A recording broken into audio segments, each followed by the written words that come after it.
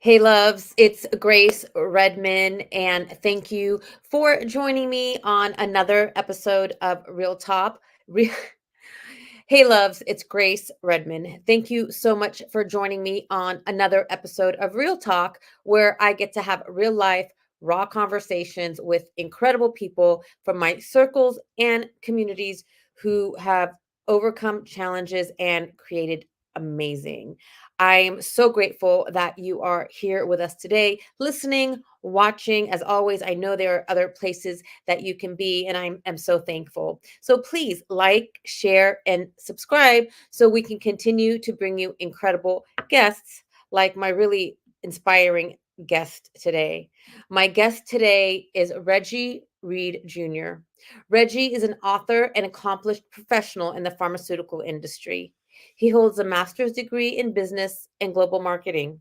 In his first book, The Day My Mother Never Came Home, Reggie recalls the events surrounding the unsolved murder of his mother and the subsequent indictment and trial of his father 32 years later.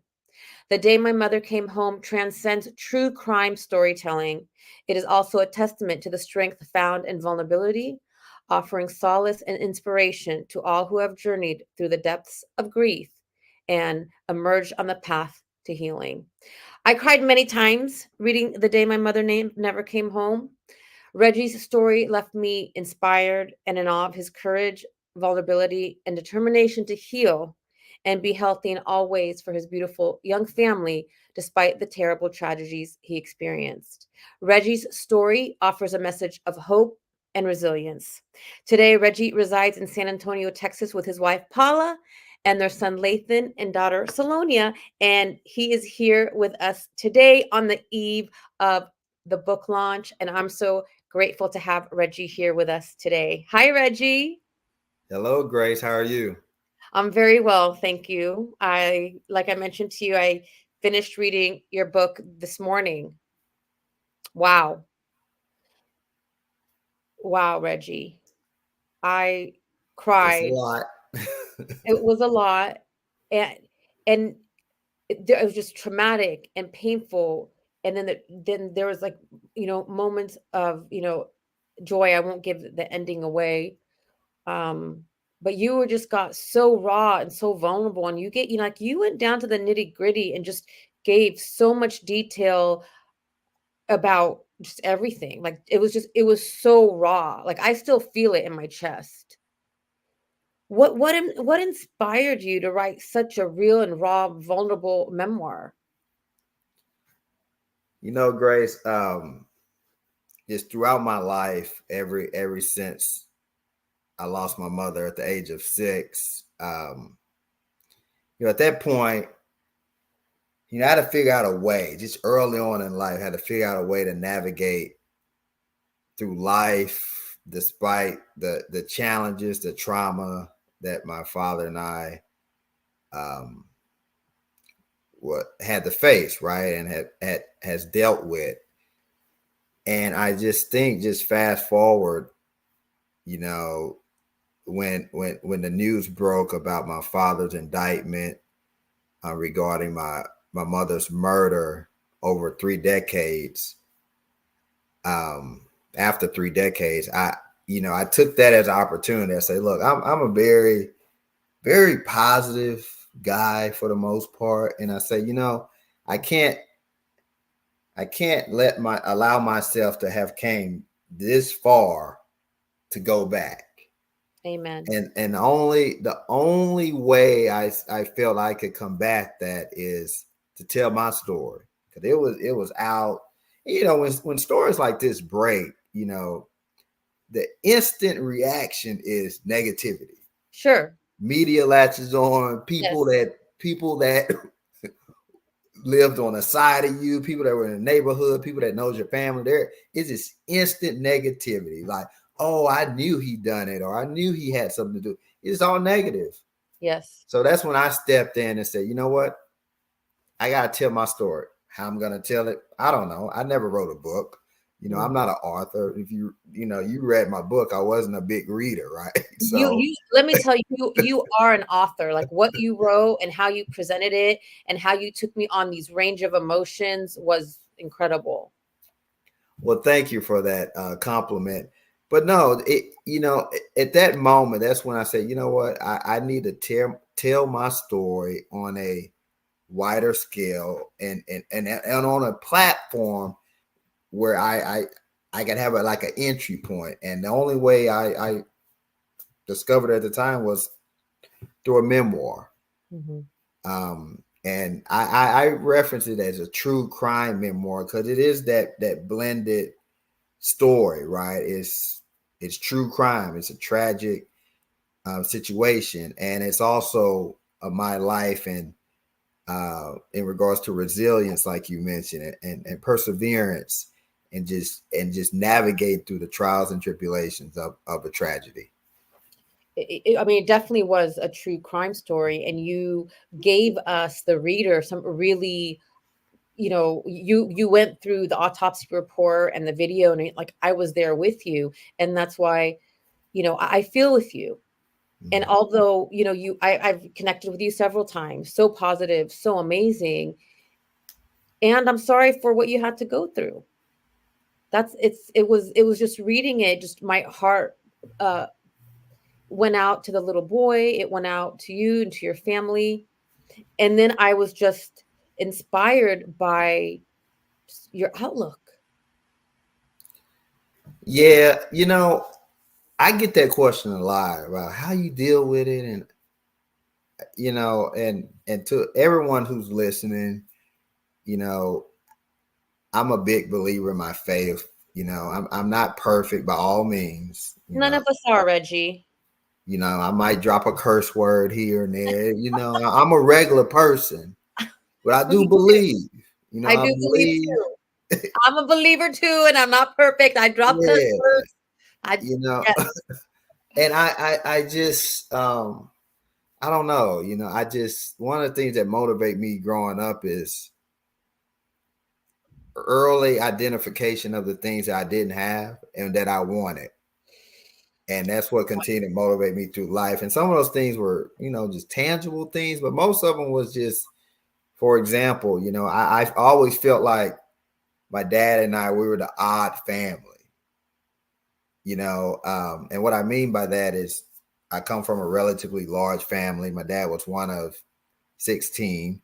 God bless. So for all the, holiday gatherings and maybe birthdays of my grandparents, we all get together and everyone else is there with, mom, dad, and, sons. And, my dad and I, that's how we roll. It was just him and I.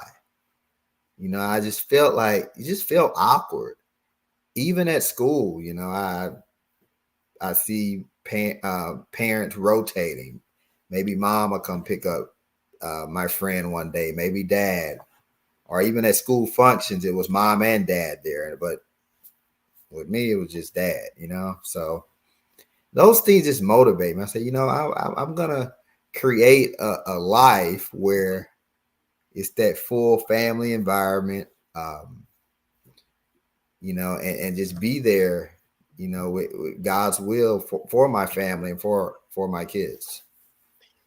So the motivation was you wanted to have a different life for yourself, Yeah. and that's what motivated you to create what you've created. You're very successful, you have a beautiful family. And I know we talked about going through what you went through. People assumed because you lost your mother and she was murdered that you would be a troubled, boy, troubled young man, and go down the path of making wrong decisions, and doing things that you weren't you know supposed to do. They wouldn't have blamed you. However, you didn't do that. Like, you were really focused and wanted to create the life that you've visualized. What do you think, like, who contributed to help you get there? And this is I say interesting just based on the feedback I've received, right? And what I mean by that is I recently, I think it was like a month ago, Newsweek reached out about an article basically explaining about my situation and how I continue to maintain a relationship with my father despite what happened, right? And I wrote an article. They published it. They decided to publish it in Newsweek, and I got a lot of negative comments. Did you? I read that article actually. I'm Yeah. curious why like what were the negative comments about? Well, they were basically from the place of like they really didn't understand like the title. I didn't have any control over the title of the article, but they were basically like, how could you continue to talk to, have a rapport relationship with such a monster, or oh, I would have cut him off immediately. One comment was trying to evaluate my psychic, like I was crazy or something. And I just sat back and laughed, but I just people really don't understand. And those comments, I believe, just came off the surface without reading the article. Because I go into depth explaining that my dad raised me. And to your question, that's where I learned a lot from my dad, my father. When my mother was murdered, my dad, like, I wasn't raised by foster care.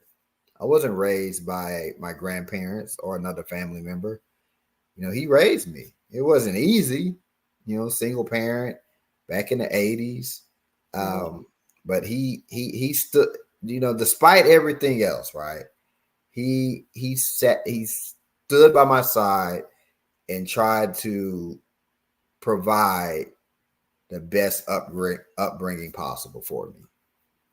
And I found that such an amazing, like a contrast, because when we spoke, you mentioned like your dad used to sit with you every night and he used to help, make you read different articles. And when we talked about like how did you get here, your dad was your role model. He was the one that stayed on you.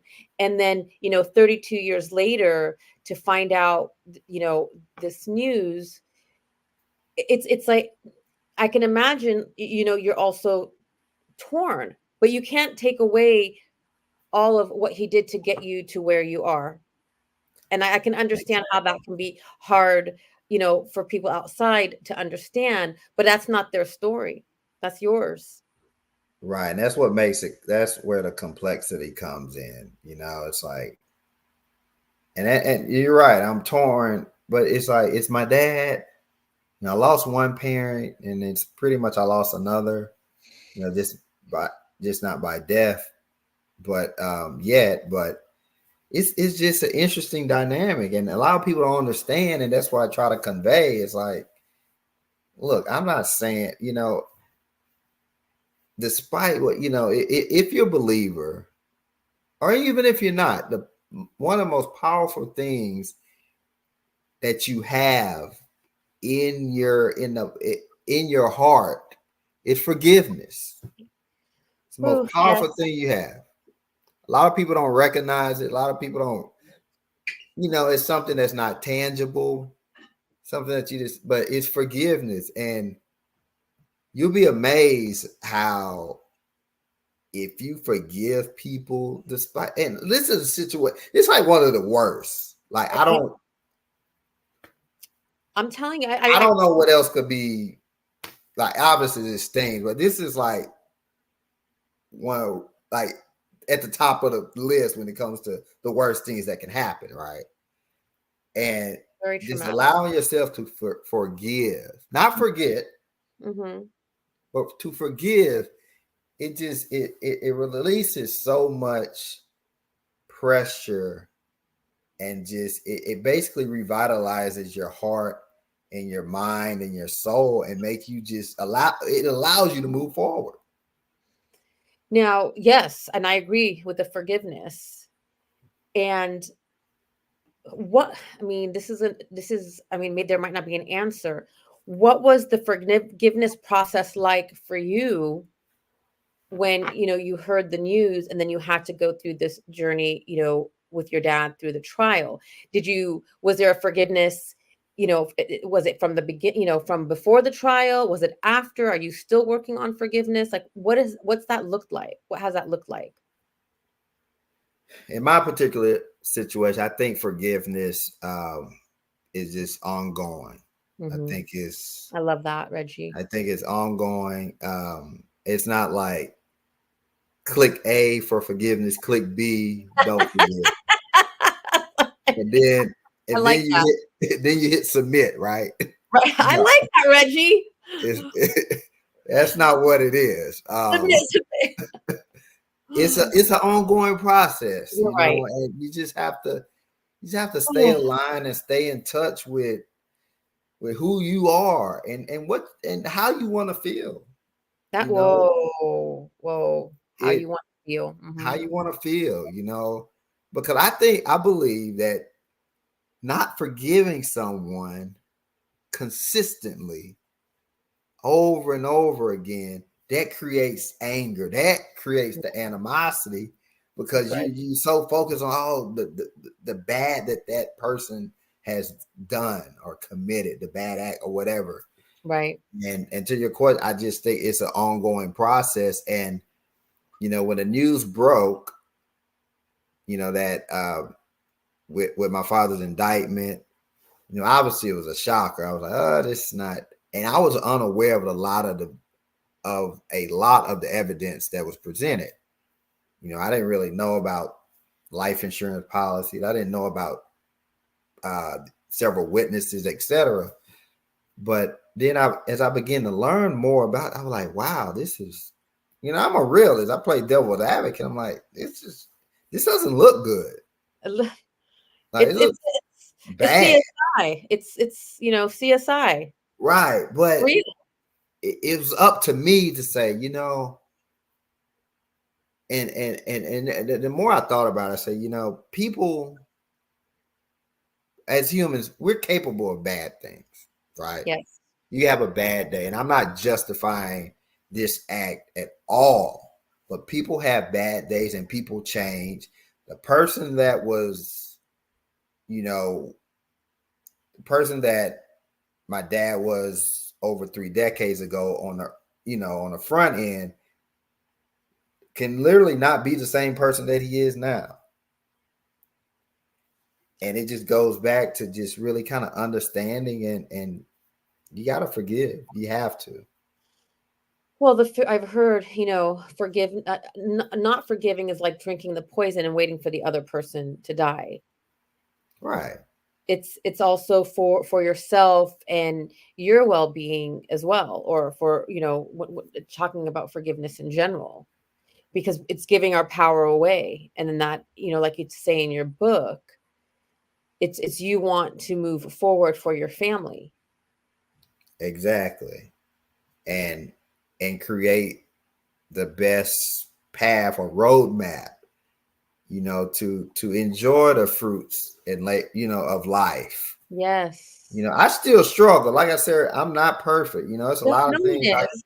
you And know, so, well, that brings me to, the question, like, how has this trauma, because it's like, okay, this happened when you were 6 years old and the pain doesn't go away, but you go on and you live, and you talked about, you kind of hit it, and we'll kind of get to that too. But then 32 years later, it's like another can was opened. yeah. So, what has been the emotional and psychological impact on you from, the indictment?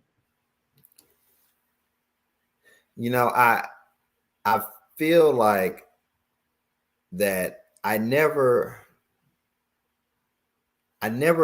really had the opportunity to grieve like the loss of my mother. I came, to that conclusion only within the past couple years. And I say that because, when I was 6, that's when my mother, um, died, and, at that point, I guess from like my dad's standpoint and family, I obviously later realized that she was never coming home. I didn't know the extent of what happened, heard rumors, heard that she was like later I heard that she was killed, but involved like in a car accident. I heard several different things, but I really didn't know the extent of what happened until like my early teen years is when I did my due diligence and research on my own. Mm. So that was one thing.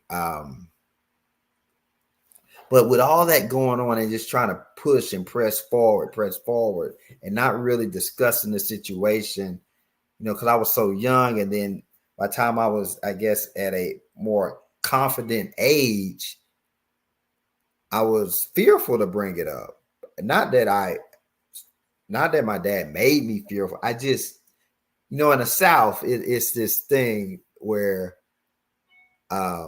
it's like stay out of grown folks' business, right? Mm. It's like, and that's just something you just part of the upbringing, and I felt like that was grown folks' business, even though it was my mother. But when I uncovered what happened, I was just like, I just kept that inside, Mhm. so I never really grieved that. And then fast forward, when my dad was indicted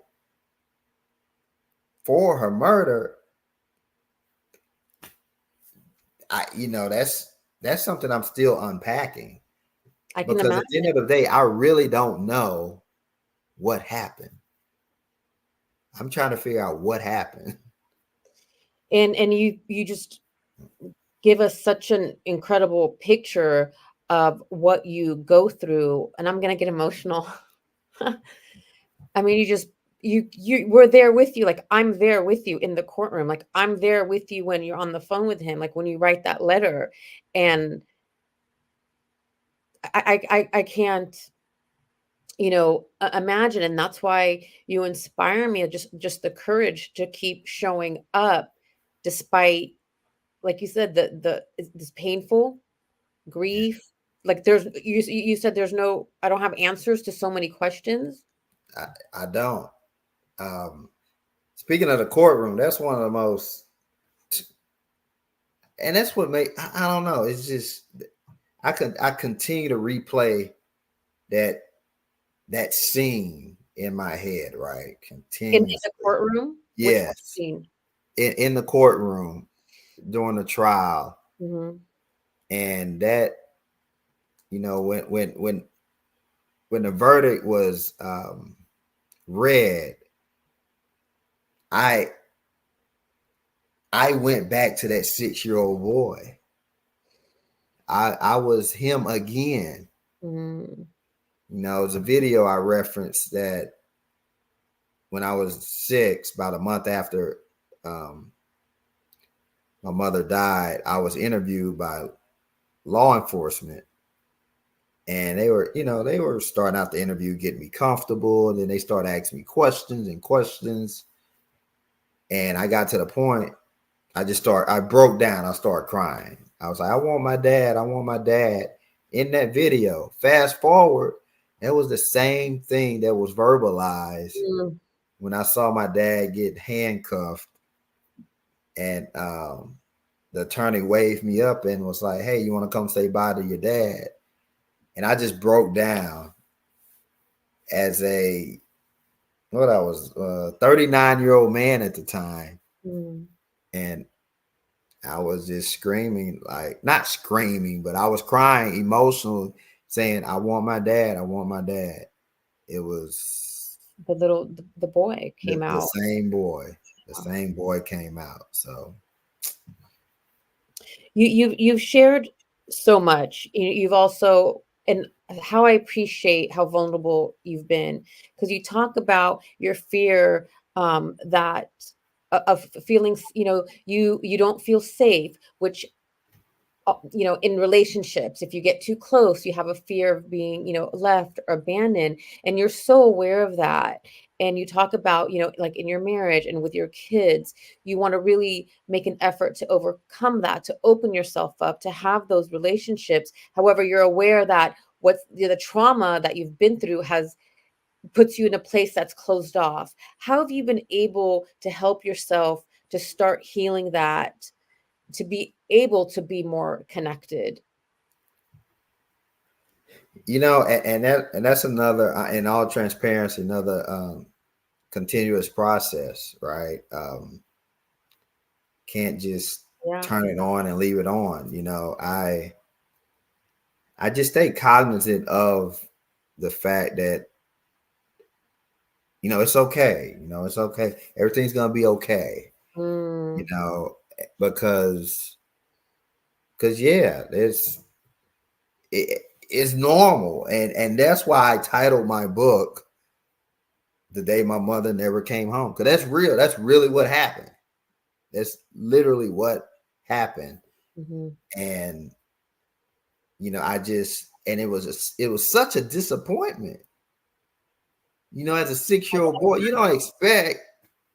And I was I was a mama's boy. Just hearing from friends and family that how I was always with my mother, and just seeing our son in present day. He's 4, about to be 5, so not that far, right?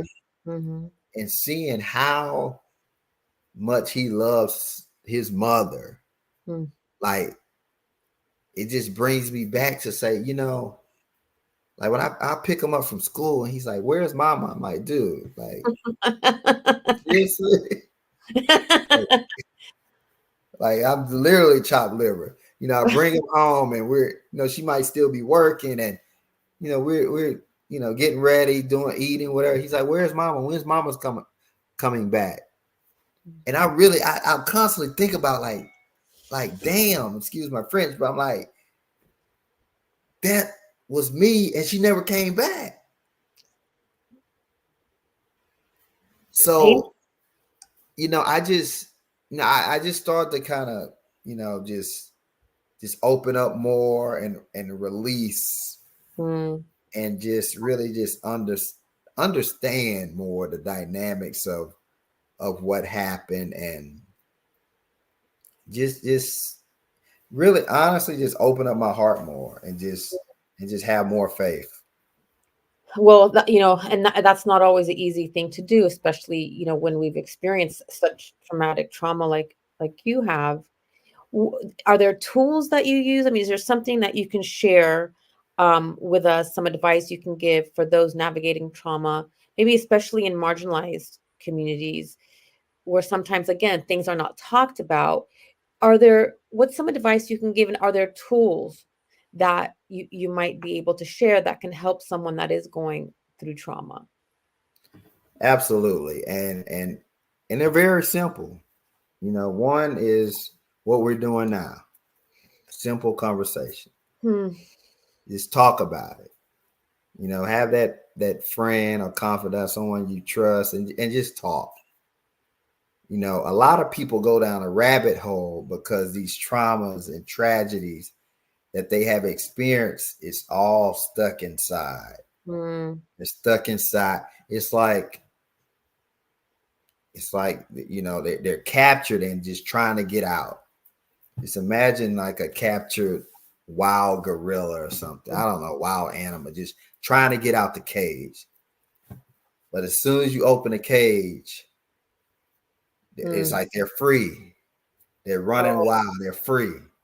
that's a You know, beautiful, beautiful they- analogy. I they're, love they're that. free, and that's what trauma is. It's captured, because these are not easy conversations. These are not easy things to talk about, and that's why so many people, they hide it. They're afraid. They're ashamed. They're shame. A lot of shame to talk about it. Well, now you mentioned shame because we are taught, at least in the world that I grew up in, okay, everything has to be perfect. Shh, don't talk about anything. Don't let anyone know what we're going through, what we're experiencing. And then you feel ashamed when things are not perfect. But n- you know, nothing is perfect. It's not, and that's why I say, talking, meditation Yes, helps as well. And yes. and it's keep it simple. Meditation could be three to Yeah. 5 minutes, just sitting in a closed off area, quiet by yourself, and let your thoughts just flow. And I love how you said keep it simple. And as I walk my journey, I'm realizing that sometimes they can make it harder than it is. And like you said, okay, just meditate, faith, Right. take a few minutes. And you talk about, I don't want to give away the story, Right. but there's, a chapter in the book where you bring out, you find the Bible, and, and then you talk about God. And then you think of, okay, if there's a God, why do these tragic things happen? However, that's where the faith comes in. And that's what you said. That's what got you to where you are, is God and faith. How can we Yes. keep our faith in God when we experience, what you experienced was, I can't even relate, but how can people that are watching that have experienced trauma, how can they keep their faith in God when they feel like, why is this happening to me? It's a great question. Sorry, Reggie. I know that's a crazy question. No, but from my experience, like I say, I don't, from my experience, I think it's all about understanding, just understanding life as and what I mean by that Mm, is bad things happen. they They do. happen, you know. A common saying is control of controllables, right? Control what you can Yes. control. And um I just believe that you have to, a big portion of having faith is understanding, acknowledging the strength that God provides us to deal with these tragedies. It may be something bad. It may be something that you wish to God it never happened. But then you got to step back and say, okay, God, I always say, one of the best senses that God provided us with is common sense, the opportunity to think. think. Sometimes I wonder if everyone has common sense, but you're totally right. We all have it. We might not exercise it, Oh, I like that. We might not exercise it. but we have it. We have it, and I just think you have to acknowledge it first. Before you move on from any trauma, tragedy, you have to acknowledge it. You have to say, you know Like what? it's not, You have to take it by the horns, grab the bull by the horns, say, this has happened. so like acknowledge the tragedy, the trauma. Acknowledge it. You have to acknowledge, you have to be real about it. And that's one thing I'm big on, because the more and more you push it to the side, it's going to come right back. Oh, you talked about that, and I had written it down. Like basically, you can't run from it. You can push it down, but it's going to come for you. It's going to come up. So you know Yes. what? It when you acknowledge it for a short period, you will walk with it. You'll walk with that tragedy. You'll walk with it. But along the way, you're going to get comfortable. It's like a new friend. You meet Oh, a new friend. Y'all can start off where this relation. Y'all can start off rocky, right? But the more and more you get to know he or she, you get comfortable with it. You get comfortable with them. And before you know, mm, you're just walking and you're just progressing and you're mm. sharing things and you're learning from each other. So imagine that friend as the tragedy. You're learning from it, That's powerful, Reggie. That's so powerful. and before you know it, Mm, you get to a point where it's part of you. It kind of blends together, like a 2-lane highway becoming a 1-lane mm, road. It blends together, and now you're one with the tragedy. And then mm. you could keep moving forward. I love those analogies and the metaphors that you used. And so what you're saying is just acknowledge it, own it, face it, feel it. And the more you do that, the easier it can get to move forward. Easier. That's honestly, it's no algebra equation. It's that's what you have to do, because keep putting it behind you and on the side of you is it's just going to be a burden. Yeah, and you're right. It comes back somehow, some way. And if we don't deal with it, we get decrepit, we get decrepit. And you And it know, comes get back when you don't want it to come back. on, and we get sick, and just if we're unhappy, we just get unhappier. So I appreciate, you sharing. And again, I want to go back. I mean, you were so vulnerable in sharing your experience. I mean, like, you were raw, like you put your experience, as a child, as a, a young man, as an adult man, about your mother's murder, the father's trial, like all of your emotions, that you put them out there, which I was so just in awe of. How did it feel to do that? Like, how did that feel for you? Like, just to put it out there? Scary. Mm, It was very scary. And it was scary from the sense that people are gonna read this. Like, I work in corporate America, around a lot of professionals, professional environment, and it's like, do I really want, this is not a great story. it's Like, an amazing story.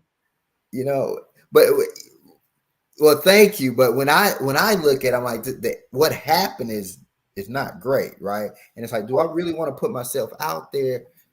And so yeah, it was scary. But then, I got to going, and it felt good. It again, it goes back. I was owning it. It felt good. It was very cathartic for me. The whole writing process, it was healing. But I tell you, it didn't stop there as far as the fear. Like, when I really made the announcement that, hey, I'm writing this, I got a lot of anxiety. Like, this overcame me because I put it out there. Yeah, you I did. But And so far it has. I got a lot of great feedback. yeah, So so I inspiring. hope it helps a lot of people. And then that was my next question. Like, what was your motivation to put it out there? Kind of what we just talked about. I really want to encourage just people, men and women, talk about the messy stories, talk about them. I think it's important, especially in Absolutely. today's time. You open up social media, everybody looks happy, everybody's on the beach. That's not real. It's not real life. Like, it's No, people going through stuff, that's right. and I just want to encourage people to look. It's okay. You don't necessarily have to write a book, but it's okay to open up. It's okay, for men to be emotional, be vulnerable. Yes. It's okay. It doesn't make you less of a man. It actually makes you more of a man Yes, and stronger. absolutely. It makes you weak when you hold stuff in because it drains you Yeah. physically, mentally. But when you let it out, you're stronger. And so how do you feel that you've now been, like, letting it out, and you're having these conversations? How's your life been different since you've been having these conversations and you put it out there? It's actually been great. Like I said, the experience, the feedback that I've been receiving ever since my story hit the airways, if you will. It's been a blessing. I'm shocked, actually. I didn't Really? realize. Yeah, I didn't realize it'd take off in such a way. Um, because I'm a normal guy. I don't. I'm not 6'5". I'm not in the NBA. I'm not. I'm normal, and that's another thing. I just want to. That's people that I want to reach out and touch. It's like we all have idols. Mm-hmm. The superstar athletes, the actors, the actresses. But you could be normal Yes, and have a great life despite tragedy or trauma that you experience, and because you have the power. We all absolutely. have the power. Absolutely. And you don't have to be an NBA 6'5" to be, like, incredible and amazing. You are I'm six incredible four. and I'm just not 6'5". I'm just all right, playing. 6'4". So own it. Own your fabulous and amazing, because what you've done and put out there is amazing. Again, despite your circumstances. And that's what's incredible, because in the line of work that I do, and, meeting people, so many people allow their circumstances to keep them down. Hmm. And your story, is so tragic, yet you did not allow it to define you, to keep you down. Again, in the last chapter, like what you write was just touched my heart so much. And I'm not going to give it away. You got to read the book. Um, Again, it goes to show me that as humans, we are so resilient regardless of our circumstances. We can make the choice to move forward and have faith or believe in something, whatever that is you want to believe with, just believe in despite our circumstances. And you portray that so incredibly. Thank you. Like I say, we all have the opportunity. Yes, we More. do. You just you might have to dig a little deeper. Dig deep within your yourself, your soul, but it's there. It's there. It's there. And it's possible for anyone. I have seen some incredible, amazing people who've been through so much move forward. And now, like, you're just, again, so inspiring. And I appreciate you for sharing your story because it's another reminder of what's possible despite the circumstances. Something, we also talked about, like you talk about, okay, like most of the time it's us women that come out on and make an effort to be open. And like you said, it seems like it's been harder for men. Why do you think um, a lot of men who have done great things despite their circumstances don't put themselves out there to write that memoir like you did? I think it just really ties back to just they, and I write about this. We and like I mentioned, it's important to share, your story, but especially the messy ones. And I just think a lot of men, it's a sign of weakness. Not saying it's a sign of being viewed as weak. Yes, that's what our society has been telling us for so long. Yes, That and ashamed. It's like, man, I'm not. Yeah, this because a lot of us have stories, like tragic stories. for It's like sure. I'm not going to talk about that because I want to appear to be perfect, or I want to be perfect guy or gal or whatever, and I don't have any issues, and I don't want people to think, or be judgmental of me. And I had those same thoughts and concerns, but also looked at it like, I could possibly really help somebody or help some Absolutely. people. Absolutely. And it's being, the service. It's about the service, which you're definitely in a tremendous place of service, putting yourself out there, writing the memoir. And this could be an example to other men as well to come out with their stories and share their vulnerability, which is strength.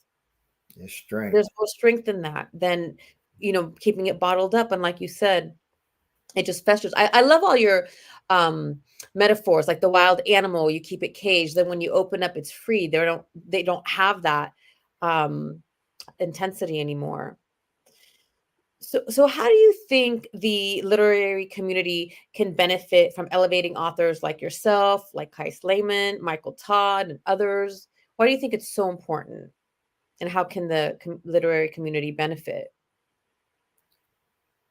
I strongly believe that this type of story and message that I'm displaying is important, and it's currently a lack of. It's not too many. It's a ton of books out there. It's a ton, but the popularity of this substance of stories is not high. And I think these are the type of stories, if we're as a society, as a country, as a world, if we're really trying to move forward to a better place as people and humans better understanding one another, these are the stories need to be highlighted. These are the stories Yes. that need to be put, on Front Street, because these are the real stories that people can benefit from, and it goes back to forgiveness, right? It's like people people could learn how to forgive. Because let me tell you, one tragedy can easily lead to another tragedy if you Absolutely. don't forgive. Yeah. So now you have this revolving door, this revolving cycle. It's like you mentioned earlier, if I would have went down the wrong path or a negative path, I would kind of would have had an excuse. They would have Oh, gave me a pass. Like, oh well, he he dealt with so much, and that's why he's always in trouble and this and that. But I didn't want to be a statistic. mm, I wanted to change the narrative and from where I'm from, and this happens all over the country, but it's bad. I see it. I see it all the time when I visit home or visit not so good areas in cities when I travel. It's like it's that because nobody is talking and nobody is educating mm. the youth Amen. on that there is a way out. Yes. Yes. And that's There why is it's a so way important out. to That's why have these these stories conversations. need to be filtered and pushed, because they need to hear, they need to see, and Yes. more importantly, they need to see it from people like myself, someone Yes. that's normal, Ab- just Absolutely. normal, Absolutely. you know, Absolutely. Yes. On everything that you said, just being an example of what's possible. what's possible. Because a lot of times they don't look. You don't, because everybody has big dreams. You don't think it's possible. You're like, man, or people that's in single parent households. They're like, how am I gonna make it without my mom? Mom has played a critical role Yes. in a very critical. Yes. Nothing against the dads out there, but let me tell you, I see it. I'm like, Mm.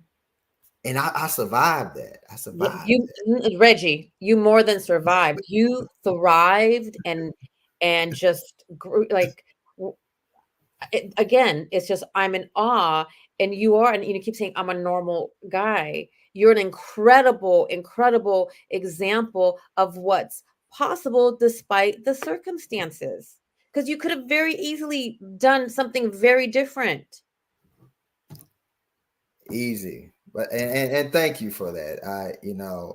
I really appreciate you know the feedback and because and I also want to say it wasn't easy. It wasn't easy. No, well, listen, this journey is not easy. Yeah, When you break cycles, when you're, navigating trauma, we're breaking generational, cycles and patterns. Let's right. just call a spade a spade. And I'm getting emotional. That's not easy work. However, would like in a year from now, would I rather just stay in the muck? What's going to be harder, doing the work now or just feeling worse in a year from now and even worse in 2 years? And then my family and it's just it's a domino effect. Like you doing this is going to benefit your wife and your children and their family and your nieces and nephews and people you never even met. Right. I'm just so grateful I had the strength and the courage to do this because the more and more I have these conversations, Mm. I really believe that it's going to help at least one person. More than one person. That was my goal. I I say, get it because that was I just my want to goal. help one person. That was, yeah, I was like, help, and you're helped more than one person already, and you're gonna continue to help so many more people and having these conversations and being such an incredible, incredible example. I'm so grateful that I connected with you because you've definitely brought so much to my life, and you've reminded me of so many things, and especially faith. So I've been definitely making an effort to get closer, to faith, to a higher power, and just witnessing you, what you've been able to do, just reminds me that there's always something greater than us. Well, no, it's a pleasure. It's my pleasure. So, what would you like to leave us with? everything you've been through, just your resilience, your courage, just writing your story, the vulnerability, just all so amazing. Your metaphors. So, what would you like to leave us with? You know, over this past what hour or so, 45 minutes, we talked about a lot. But if it's one thing I just want to leave you with and the listeners is that these things overcoming trauma doesn't have to be complicated. Mm, It doesn't have to be complicated. It's not easy. It's tough. It's a huge emotional burden. Um, but the one thing, as we mentioned repeatedly, you have to have faith. And as far as progressing in life, it starts with the basic foundation of hard work. You mm, have to put in the work. yes. Things just not gonna come at you. You can't be afraid to fail. It's a lot of things. I like to. I mentor a few people, and one of the messages I leave them with, I say, you know what? I'd rather try something versus and it not go so well or not go at all, versus living with the burden of not knowing Mm, what would have happened. I'd rather try it. And amen. that could be applied to going to school, going to college, taking this job, or doing this passion, whatever that looks like. You have to try it. You have to try it. Amen. And that will get you further. I promise. That will get you further than where you are at that particular moment. Amen to that. I believe that. That was, yes, amazing. Amazing. I can stay here with you all day. Thank you so much for joining us. That was incredible.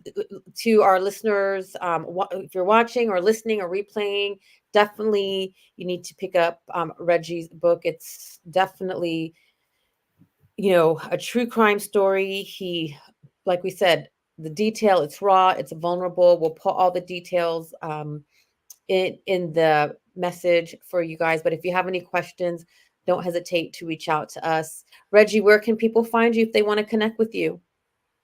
Well, I do have a website. It's rlreed.com. It lists all my social media handles, and you can sign up to get updates, and you can just shoot me a message. Like I Oh, say, I'm no matter where this goes. Look, I'm I'm the same person. I'm just a regular guy. So you're an amazing guy. You're an amazing guy. And again, I am so grateful that I had the opportunity to connect with you.